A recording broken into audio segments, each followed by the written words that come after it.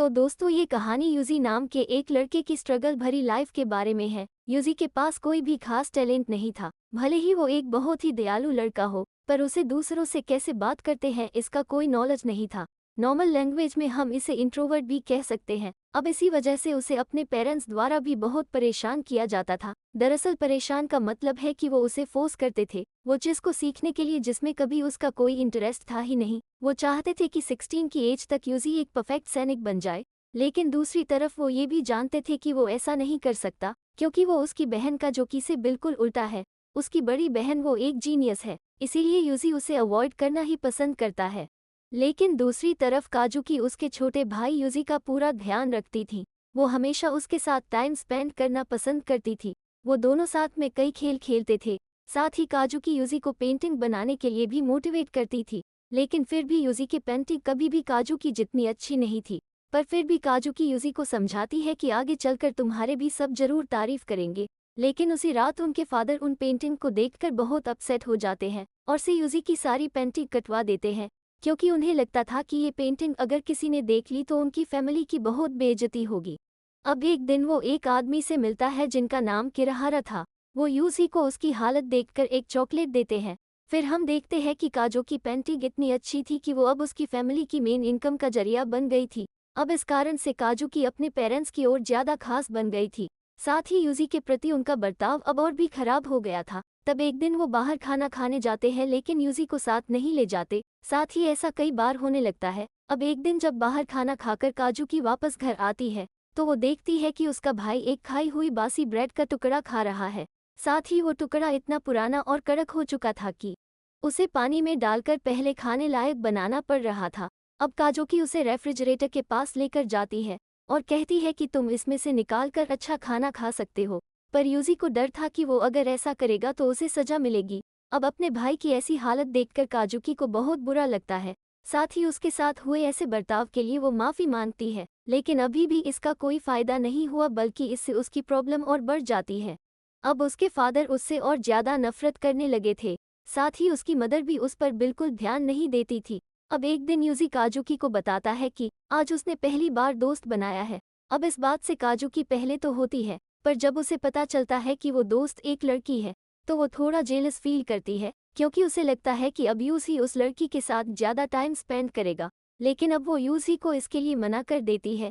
साथ ही उससे कहती है कि अगली बार पहले उसकी परमिशन लेना, तभी किसी से दोस्ती करना। अब कुछ दिन बीत जाते हैं। हम देखते हैं कि काजुकी जो भी करना चाहते हैं उसके पेरेंट्स उसके हर बात मान लेते। ये चीज़ के कारण ही यूज ही अपनी बहन को बिल्कुल गार्ड की तरह मानता था, क्योंकि उसकी हर एक अच्छा कहते ही पूरी हो जाती थी। लेकिन अब एक दिन काजुकी बाहर किसी काम से गई थी। तभी कुछ घंटे बाद यूजी और उसके पेरेंट्स को ये खबर मिलती है कि शहर के किसी कार एक्सीडेंट में उसकी बेटी मारी गई। अब काजुकी के जाने के बाद उनकी फैमिली पर कई तरह की प्रॉब्लम्स आना स्टार्ट हो जाती है। साथ ही यूजी के पापा अभी पीने लगे थे और नशे के चलते वो यूजी और उसकी मदर को परेशान करने लगे थे और उन पर हाथ भी उठाने लगे थे। अब इस चीज़ से परेशान होकर यूजी की मदर उसे लेकर वहां से चली जाती है। अब यूजी और उसकी मदर साथ में ही एक नई लाइफ की शुरुआत करते हैं। यूजी की मदर हार्ड वर्क कर कर यूजी की हर एक ज़रूरत को पूरा करती है। साथ ही अब अपने डैड के साथ ना होने से यूजी बहुत खुश था। लेकिन ये खुशी एक साल से ज़्यादा नहीं चलते। एक दिन उसके फादर उन्हें ढूंढते हुए वहां पहुंच जाते हैं। साथ ही अब वहां आकर यूजी की मदर से पैसे मांगने लगते हैं। अब उनकी बात मानने पर भी वो यूजी की मदर को परेशान कर रहे थे। ये देख यूजी खुद पर कंट्रोल नहीं कर पाता और पास ही रखे एक बोतल से अपने डैड पर अटैक कर देता है। इस वजह से उसके डैड अब जमीन पर गिर जाते हैं। साथ ही ये देख उसकी मदर थोड़ी चिंता में आ गई थी। वो यूजी को एक चीज़ देती है जिसमें उनकी सारी सेविंग्स रखी हुई थी। साथ ही वो उसे कहती है कि तुम अभी यहाँ से चले जाओ, मैं कुछ देर बाद आ जाऊंगी। अब भोला भाला यूजी वहां से चला तो जाता है, पर ज्यादा देर लगने साथ ही पुलिस के सायरन की आवाज के कारण वो वापस लौट आता है।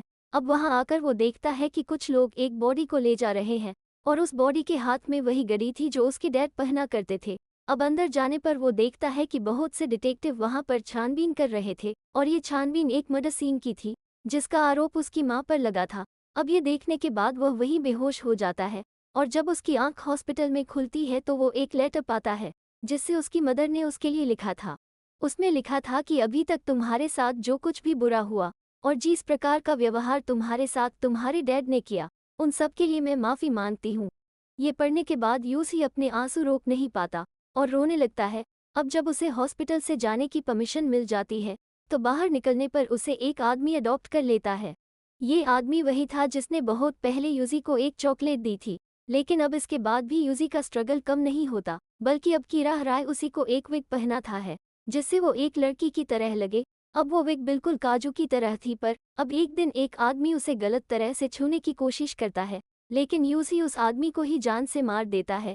अब जब ये बात किरा को पता चलती है तो वो यूजी से बहुत इम्प्रेस होता है। साथ ही अब वो यूजी काबिलियत को समझते हुए उसे अपने ट्रेनिंग कैंप पर ले जाता है। वो यूजी को अपना टूल बनाना चाहता है। साथ ही यूजी भी उसके लिए तैयार था, क्योंकि यूजी का मानना था कि किरा ने उससे अडॉप्ट कर उस पर जो एहसान किया है उसका बदला वो ऐसी चीजें चुका सकता है। तो अब ट्रेनिंग कैंप के अंदर उसकी कई तरह की क्षमताओं बाहर निकल कर आती है। अब इस वजह से वहाँ रहने वाले बाकी स्टूडेंट उसे पसंद नहीं करते और उसे धमकाना चालू कर देते हैं। लेकिन अब उन सब में एक लड़की भी थी जिसका नाम मलिन था। वो लड़की यूजी के घाव पर दवाई लगाती है, साथ ही उसे खाने के लिए अपना खाना भी देती है। तब इन सब चीज़ों से यूजी को ये यकीन हो गया था कि शायद ये वर्ल्ड इतना भी बुरा नहीं है जितना इसे देखा जाता है। अब इस सब के बाद वो टाइम आ जाता है जब उनका फाइनल टेस्ट होना था। इसमें उन्हें अपने सामने वाले ओपोनेंट को या तो खत्म करना था या उसे लड़ने लायक नहीं छोड़ना था। तब बदकिस्मती से यूजी की अपोनेंट मार्लिन को ही चुना जाता है। अब यूजी अपने दोस्त से बिल्कुल भी नहीं लड़ना चाहता था, पर फाइट भी स्टार्ट हो गई थी और यहाँ यूजी हार भी नहीं मान सकता था, इसलिए अब वो मार्लिन को ना चाहते हुए भी किक करता है। उसके की वजह से मार्लिन दर्द के साथ जोर से चिल्लाते हैं, जिसको सुनकर अभी यूजी के सामने उसकी मदर आने लगती है। साथ ही वो ऐसा महसूस कर रहा था कि वो पूरी तरह अपने डैड के जैसा बनते जा रहा है। अब ये बात मन में आते ही यूजी अपना होश खो देता है। अब इसी चीज़ का फ़ायदा उठाते हुए मार्लिन उस पर अटैक कर देती है, जिससे वो ज़मीन पर गिर जाता है। साथ ही अब मार्लिना उसे हंसते हुए पंच मारने लगती है और लास्ट में एक किक मारकर इस लड़ाई को एंड करती है। अब लड़ाई के लिए वो यूजी से इस सब के लिए माफ़ी मांगती है। साथ ही वो रो भी रही थी, पर यूजी को उसकी बातें उसकी मदर की बातों की तरह लगती है। इस कारण उसे ये सब बिल्कुल पसंद नहीं आता, क्योंकि इस तरह वो खुद को हेल्पलेस और वीक ही महसूस कर रहा था। अब ये लास्ट बार था जब यूजी और मलिन एक दूसरे से मिलते हैं, क्योंकि आपने पहले ही मिशन में मार्लिन मारी जाती है। अब इसके बाद यूजी को पूरे 2 महीने बाद एक्चुअल मिशन मिलता है, जिसमें उसे कुछ लोगों को छिपकर मारना था। ये चीज़ें बहुत ही सिंपल लग रही थी, साथ ही उसने कई मिशन आराम से पूरे कर दिए थे। पर अब CIERS नाम के एक ऑर्गेनाइजर इन सभी केसेस की छानबीन शुरू कर देती है, पर उसे सिर्फ इतना ही पता चल रहा था कि इसके पीछे किसी मिस्टीरियस लड़के का हाथ है। पर अब एक दिन इस रहस्य का अंत होता है, जब एक घर में इन्वेस्टिगेशन करते हुए यूजी CIRS को मिल जाता है। अब एक लड़की जिसका नाम साको था, वो यूजी को अपने साथ लेकर जाती है, क्योंकि तब ऐसी सिचुएशन बनी थी जिससे ये साबित होता है कि एक विक्टिम है ना कि एक कल्प्रेट। तो अब हम इसके आगे की स्टोरी आपको अगले वीडियो में बताएंगे। तब तक के लिए चैनल को जरूर सब्सक्राइब कर लीजिए। और आपको ये एक्सप्लेनेशन कैसा लगा, हमें कमेंट में ज़रूर बताइएगा।